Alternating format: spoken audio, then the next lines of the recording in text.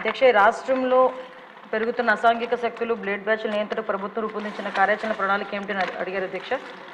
రాష్ట్రంలో అసాంఘిక శక్తులు బ్లేడ్ బ్యాచ్లు నియంత్రించడానికి ఒక కార్యాచరణ ప్రణాళికను రూపొందించడం వాస్తవమే అధ్యక్ష. దీనికి సంబంధించి నేరపూరిత రికార్డులు లేకపోతే అసాంఘిక ప్రవర్తనలో ప్రమేయం ఉన్న వ్యక్తులకి సమగ్ర జాబితాని రెడీ చేసుకోవడం ఒక ఎత్తు అయితే, ఈ automated finger print identification system ద్వారా 2014 నుండి 19 వరకు ఆ సిస్టమ్ అవైలబుల్లో ఉండేది. కాబట్టి ఆ టైంలో ఎవరైనా నేరస్తులు ఎవరైనా ఉంటే కనుక ఈజీగా ఐడెంటిఫికేషన్ చేసుకునే పరిస్థితి అయితే ఉండేది అధ్యక్ష. ఆ తర్వాత ఈ అసాంఘిక శక్తులు బ్లేడ్ బ్యాచ్ల అక్రమ కార్యకలాపాలు అరికట్టడానికి ఒక ప్రత్యేకమైన టాస్క్ ఫోర్స్ కూడా ఏర్పాటు చేయడం జరిగింది. అదేవిధంగా వీళ్ళని మ్యాక్సిమం ఏంటంటే రిస్ట్రిక్ట్ చేయడానికి కూడా, ఈ చెడు ప్రవర్తన బ్లేడ్ బ్యాచ్ ఎవరైతే ఉన్నారో వాళ్ళని రిస్ట్రిక్ట్ చేయడానికి కూడా ఒక వ్యవస్థ నడిపించడం జరిగింది అధ్యక్ష. అదేవిధంగా వాళ్ళు రిపీటెడ్గా చేస్తే కనుక వాళ్ళ మీద పీడీ యాక్ట్లు పెట్టడం కానీ, అదేవిధంగా రౌడీ షీట్స్ ఓపెన్ చేయడం కానీ, అదేవిధంగా ఒక సస్పెక్టెడ్ ఫెలోస్ ఎవరైతే ఉంటారో వాళ్ళ ప్లేసెస్లో తనిఖీ చేయడం కానీ, ట్రాకింగ్ కానీ, నిఘా కానీ ఇవన్నీ కూడా ఏర్పాటు చేయడం జరిగింది అధ్యక్ష. వీటన్నిటితో పాటు సోషల్ అవేర్నెస్ క్రియేట్ చేయడానికి, ఒక సొసైటీని పార్టిసిపేట్ చేయడానికి కూడా, ఇంటెలిజెన్స్ సేకరణ చేయడానికి కూడా పబ్లిక్ని పార్టిసిపేట్ చేయడం కూడా జరిగింది అధ్యక్ష. అదేవిధంగా ఒక అవగాహన కార్యక్రమాలు కూడా ఏర్పాటు చేసుకొని ఇటువంటి బ్లేడ్ బ్యాచ్ కానీ అసాంఘిక శక్తులు ఎవరైతే ఉన్నారో వాళ్ళందరికీ కూడా ఒక మోటివేషన్ కార్యక్రమం ఏర్పాటు చేయడం ఒక ఎత్తు అయితే, అలాంటి వాళ్ళు చేస్తున్న సమయంలో భయపడకుండా పోలీస్కి ఇన్ఫర్మేషన్ ఇవ్వడానికి, అదేవిధంగా వాళ్ళకి ఒక నిఘా యంత్రాన్ని కూడా మేమందరం కూడా ఏర్పాటు చేయడం జరిగింది అధ్యక్ష.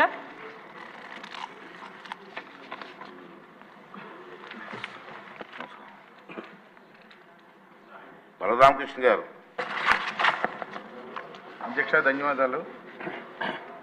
గత ప్రభుత్వ హయాంలో రాష్ట్రంలో గంజాయి, బ్లేడ్ బ్యాచ్, రౌడీయిజం, దొంగతనాలు, ఆన్లైన్ యాప్స్, క్రికెట్ బెట్టింగ్లు, దేవాలయాలపై దాడులు, మహిళలపై మిస్సింగ్ కేసులు, చాలా అసాంఘిక కార్యక్రమాలు అడ్డంగా మారింది అధ్యక్ష.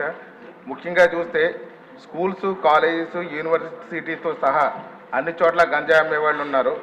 పారాసిటమాల్ ట్యాబ్లెట్, చాక్లెట్లు, బిస్కెట్లు దొరకని చోట కూడా గంజాయి దొరుకుతుంది అధ్యక్ష. యువత అంతా కూడా నాశనం అయిపోతున్నారు, వాళ్ళ భవిష్యత్తు అంతా కూడా నాశనం అయిపోతుంది. ఇలాంటి వాటిపై ఎలాంటి చర్య తీసుకోబోతుంది?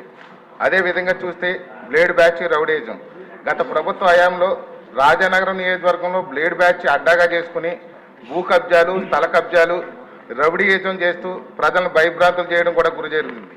అదేవిధంగా మన ఉప ముఖ్యమంత్రి వర్యులు శ్రీ పవన్ కళ్యాణ్ గారు అక్కడ ఎన్నికల్లో ప్రచారంలో భాగంగా కోరుకొండ వచ్చినప్పుడు అక్కడికి మీటింగ్కి వచ్చిన వాళ్ళని 400 మంది బ్లేడ్ బ్యాచ్, ఈ గంజాయి టీం అందరూ కలిసి అక్కడికి వచ్చినటువంటి వాళ్ళందరినీ కూడా భయభ్రాంతులు కూడా చేయడం జరిగింది. ఇంత దారుణమైన పరిస్థితులు ఉన్నాయి అధ్యక్ష. అదేవిధంగా చూస్తే ఈ మధ్య ఏళ్లలో బంగారం దొంగతనాలు, ఎలక్ట్రిసిటీ ట్రాన్స్ఫార్మర్స్ కూడా పొలాల్లో రైతులు మోటార్లు, లిఫ్ట్ ఇరిగేషన్ సంబంధించిన మోటార్లు కూడా దొంగతనాలు గురవుతున్నాయి అధ్యక్ష.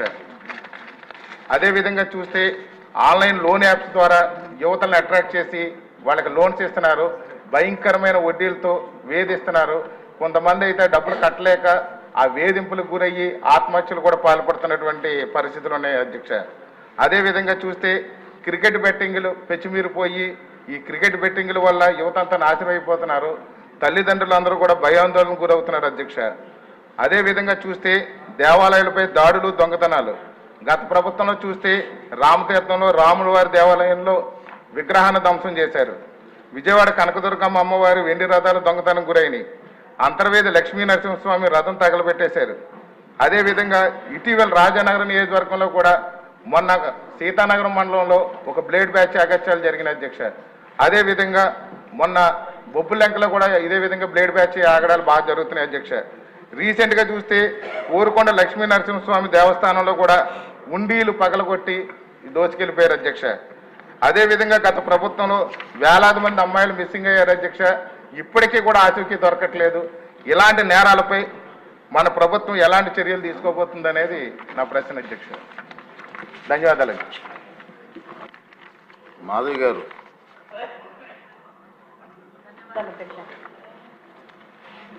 ధన్యవాదాలు అధ్యక్ష. అధ్యక్ష, గతంలో మనం చూసేవాళ్ళం సంఘ విద్రోహ శక్తులు అంటే ఏదో బయటి దేశాల నుంచి వచ్చి ఇక్కడ టెర్రరిస్ట్ యాక్టివిటీస్ చేసి ఇక్కడ యొక్క శాశ్వత వాతావరణాన్ని, మన భారతదేశం వాతావరణాన్ని డిస్టర్బ్ చేయడానికి చేసే వాళ్ళని తీవ్రవాదులు అనేవాళ్ళము, సంఘ విద్రోహ శక్తులు అనేవాళ్ళము. కానీ 2019వ సంవత్సరం నుంచి దీని అర్థం మారిపోయింది. గత పాలకులు గాంజా అనే మత్తు పదార్థాన్ని రాష్ట్రం మొత్తం తీసుకొచ్చి ప్రజల మీద దాడులు అనేది పెరిగిపోయాయి. ఈ గాంజా సేవించిన వాళ్ళు సామాన్య ప్రజల మీద దాడులు చేయడము, వాళ్ళని ఇబ్బందులు గురి చేయడం జరుగుతూ ఉంది. అధ్యక్ష, ఒకప్పుడు గాంజా అనేది పెద్ద పెద్ద నగరాలకి, పెద్ద పెద్ద సిటీస్కి మాత్రమే పరిమితమయ్యేది ఉంది. ఆ సిటీస్లో ఉన్న పబ్బులలో, రెస్టారెంట్లో అవైలబుల్ ఉంది. ఇప్పుడు గాంజా అనేది చిన్న మండల స్థాయికి, గ్రామ స్థాయికి చేరుకోవడం జరిగింది. ఇప్పుడు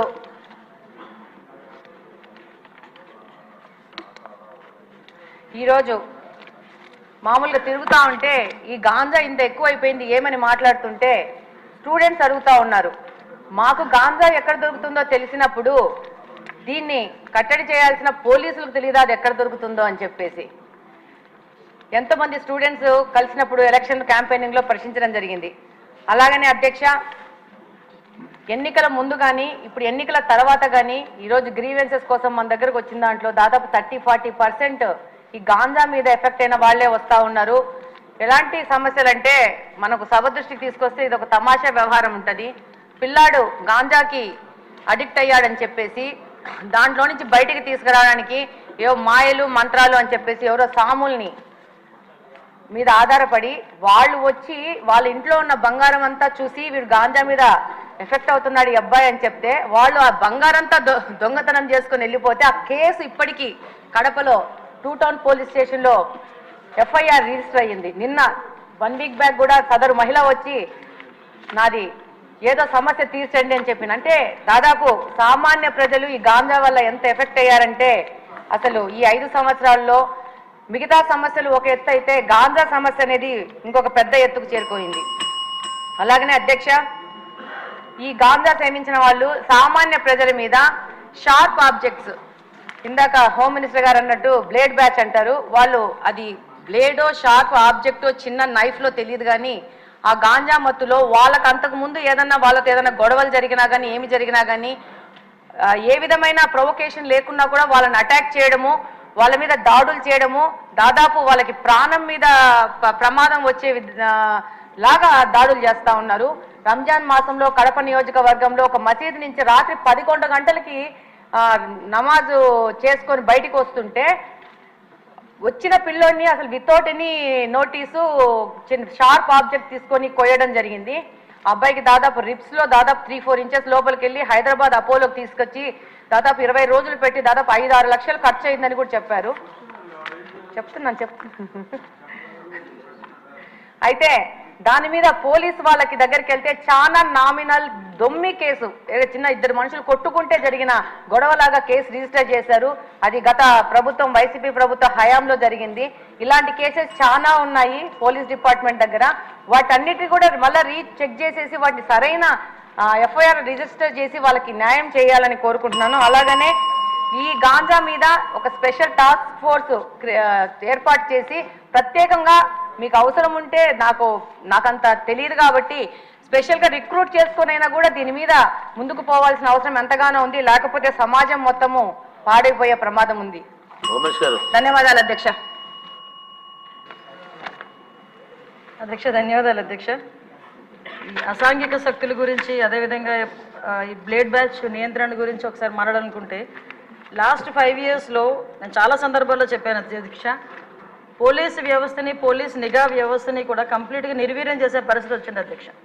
ఎందుకు ఈ మాట చెప్తున్నానంటే లాస్ట్ 5 ఇయర్స్లోని కూడా అప్పుడు ముఖ్యమంత్రి జగన్మోహన్ రెడ్డి రోడ్డు మీదకి వస్తే పరదాలు కట్టడానికో, బారికేడ్లు వేయడానికో, లేకపోతే హౌస్ అరెస్టులు చేయడానికో వీటి మీద పెట్టిన దృష్టి అసాంఘిక శక్తుల్ని పట్టుకుందామని కానీ, నేరస్తులను పట్టుకుందామని కానీ, వాటిని పట్టుకునేడానికి ఉన్న సిస్టమ్ని కనీసం వాళ్ళు తిరిగి పునరుద్ధరించుకోవాలన్న తపన కూడా లేకుండా మొత్తాన్ని నిర్వీర్యం చేసిన పరిస్థితి వచ్చింది అధ్యక్ష. దాని పర్యవేక్షణలో భాగంగానే ఈ 5 సంవత్సరాల్లోని కూడా ఇంచుమించుగా మనం ఒకసారి కంపేర్ చేసుకుంటే బిఫోర్ 2014 మనకి టోటల్ కేసెస్ ఈ బ్లేడ్ బ్యాచ్కి సంబంధించి ఈస్ట్ గోదావరిలోనే ఒక ఈస్ట్ గోదావరిలో చూసుకుంటే 133 ఉంటే 2014-19 అదేవిధంగా 2000 2014-19కి ఒక 400 ఉన్నాయి అధ్యక్ష. 2019-24లో ఒకసారి మనం చూసుకుంటే అధ్యక్ష దగ్గర కేసెస్ అవన్నీ కూడా దగ్గర డబుల్ అయిన పరిస్థితి అధ్యక్ష. వీళ్ళ మీద ఎన్ని పీడీ యాక్ట్లు పెట్టినా ఒక ఈస్ట్ గోదావరిలోనే ఇంచుమించుగా 500 వరకు కేసెస్ నమోదు బ్లేడ్ బ్యాచ్ని ఐడెంటిఫికేషన్ చేయడం అధ్యక్ష. వీళ్ళే కాకుండా మనకి రాజమండ్రి అదేవిధంగా ఎన్టీఆర్ డిస్ట్రిక్ట్లోనే ఎక్కువ ఈ బ్లేడ్ బ్యాచ్ అనేది ఎక్కువగా ఐడెంటిఫికేషన్ అయి ఉంటుంది. వాళ్ళు ఇంచుమించుగా దగ్గర రెండు కలిపి ఈ మొన్న 2019 to 24లో దగ్గర 825 మందిని ఐడెంటిఫికేషన్ చేయడం జరిగింది అధ్యక్ష. ఐడెంటిఫై చేయడం ఒక ఎత్తు అయితే వీళ్ళు నియంత్రించే సిస్టమ్ అయితే పోలీస్ డిపార్ట్మెంట్లో లాస్ట్ 5 సంవత్సరాలు లేదు అధ్యక్ష. ఎందుకు ఈ మాట చెప్తున్నానంటే దగ్గర 15,000 సీసీ కెమెరాలు 2014 నుంచి 19 వరకు టీడీపీ హయాంలో పెడితే ఒక్క సీసీ కెమెరాని పెట్టకపోవడం సరికదా, ఉన్న సీసీ కెమెరాలను కూడా పునరుద్ధరించుకోకపోవడం అనేది నిజంగా ఒక సిగ్గుచేడు అధ్యక్ష. ఎందుకంటే ఎక్కడికి అంటే మీలాంటి వాళ్ళు పెట్టేటప్పుడు సీసీ కెమెరాలు బాగా పనిచేస్తాయి సార్. అప్పుడు తీసేసి వీడియో తీశారు కదా సార్ మిమ్మల్ని చూపించడానికి, డైరెక్ట్ వీడియోలో చూపించుకున్నాడు. విషయం ఏంటంటే సీసీ కెమెరాలు తీసేయడం, సీసీ కెమెరాలు పునరుద్ధరించుకోకపోవడం ఒక ఎత్తు అయితే కనీసం మనం ఒక క్రిమినల్ని పట్టుకున్న తర్వాత అతని క్రిమినల్ బ్యాక్గ్రౌండ్ మనం చెక్ చేయడానికి automated finger print identification system అని చెప్పి అది కూడా చంద్రబాబు నాయుడు గారి హయాంలో మనం పెట్టడం జరిగింది. దాన్ని కూడా డబ్బులు కట్టగా దాన్ని కూడా కంప్లీట్గా నిర్వీర్యం చేసిన పరిస్థితి అధ్యక్ష. అవే కాకుండా మనకి ఇంతకు ముందు ఏదైనా ఈ బ్లేడ్ బ్యాచ్ కానీ ఎవరైనా అసాంఘిక శక్తులు ఎక్కడైనా ఊర్లను వెళితే ఆ హౌసెస్ దగ్గర కూడా మానిటరింగ్ చేసేవాళ్ళం అధ్యక్ష. ఇంచుమించుగా వాటికి సంబంధించి LHMS అని చెప్పి దాని ద్వారా కూడా లాక్డ్ హౌసెస్ ఏదైతే ఉందో అక్కడ కూడా మానిటరింగ్ ఏర్పాటు చేసి అక్కడ సీసీ క్యామ్స్ ఏర్పాటు చేసుకుని వాళ్ళు వచ్చేటంత వరకు భద్రత కల్పించడం, అంటే మామూలు మైన్యూర్ లెవెల్ వరకు కూడా పోలీసింగ్ వెళ్ళి వాళ్ళు భద్రత కల్పించే పరిస్థితులు లాస్ట్ గవర్నమెంట్లో ఉండేది. ఈ గవర్నమెంట్ ఎప్పుడైతే నిర్వీర్యం చేసిందో పోలీసు వ్యవస్థని, మీరు అన్నట్టుగా మొత్తం అరాచక శక్తులు అసాంఘిక శక్తులు అరాచక శక్తులు అంటే ఇందాక మేడం గౌరవ ఎమ్మెల్యేగా చెప్పినట్టు ఎవరో బ్లేడ్ బ్యాచ్ అనో ఇంతకుముందు ఎక్కడి నుంచో వచ్చారు, పై దేశాల నుంచి వచ్చారు, పై రాష్ట్రాల నుంచి వచ్చారు, బీహార్ బ్యాచ్ అక్కడ బ్యాచ్ ఇక్కడ బ్యాచ్ అనుకునే వాళ్ళు. ఇప్పుడు అలా కాదు, అది ఆ బ్యాచ్ ఈ బ్యాచ్ కాదు, వైసీపీ బ్యాచ్ అన్నట్టుగా అసాంఘిక శక్తులు ఎక్కువగా అయిపోయి ఈరోజు కనీసం రాముల్లో గుడికి భద్రత లేదు, బడికి భద్రత లేకుండా అయిపోయింది అధ్యక్ష. లాస్ట్ 5 సంవత్సరాలు కూడా బడిలోనున్న అక్కడికి వెళ్ళి అసాంఘిక కార్యకలాపాలు, ఈవెన్ ఒక రోజు స్కూల్ లాక్ చేసి ఉంటే అక్కడికి వెళ్తే సోమవారం మార్నింగ్ అక్కడికి స్కూల్ ఓపెన్ చేస్తే బీరు బాటిళ్ళు అక్కడ కైనీ ప్యాకెట్లు అవి కనిపించే పరిస్థితి. అలా అదేవిధంగా గుడిలోకి వెళ్తే గుడి విగ్రహాలను ఎత్తుపోయే పరిస్థితి లాస్ట్ 5 సంవత్సరాలు చూసాం అధ్యక్ష. ఒకటి అధ్యక్ష, ఈరోజు ఈ గంజాయి గురించి చెప్పారు అధ్యక్ష. ఈ గంజా లాస్ట్ 5 yearsలో కూడా కంప్లీట్గా వదిలేశారు అధ్యక్ష. ఎంత దారుణంగా వదిలేశారంటే అంటే ఈ విషయం ఇక్కడ కూడా ప్రస్తావించాలి కాబట్టి చెప్తున్నా. ఎక్సైజ్ డిపార్ట్మెంట్కి ఇంతకు ముందు ఒక పవర్ ఉండేది అధ్యక్ష. గాంజాని డిస్ట్రాయ్ చేయడానికి కానీ గాంజా మొక్కల్ని ధ్వంసం చేయడానికి కాల్చడానికి వాళ్ళకి ఒక సిస్టమ్ ఉండేది అధ్యక్ష. దీన్ని ఎప్పుడైతే సెబ్కి ఇచ్చారో ఈ ఎక్సైజ్ డిపార్ట్మెంట్కి వాళ్ళకి కూడా అటువంటి పరిస్థితి ఏమీ లేదు.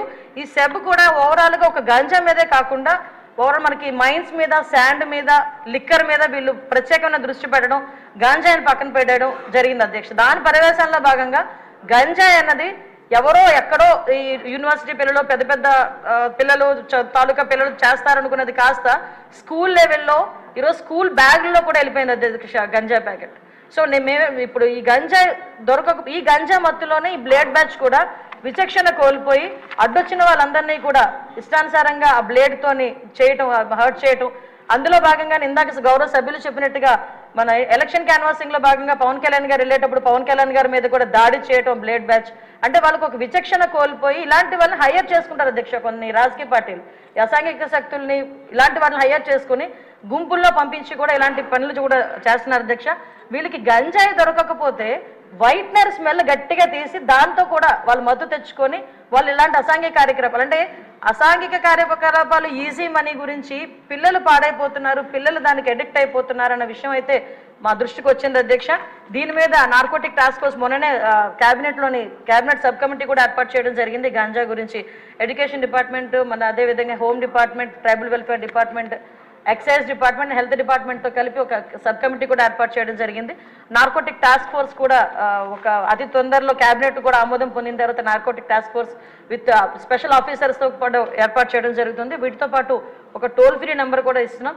గాంజాకి ఎస్పెషల్లీ గాంజా పర్పస్లో ఒక టోల్ ఫ్రీ నెంబర్ కూడా ఏర్పాటు చేయడం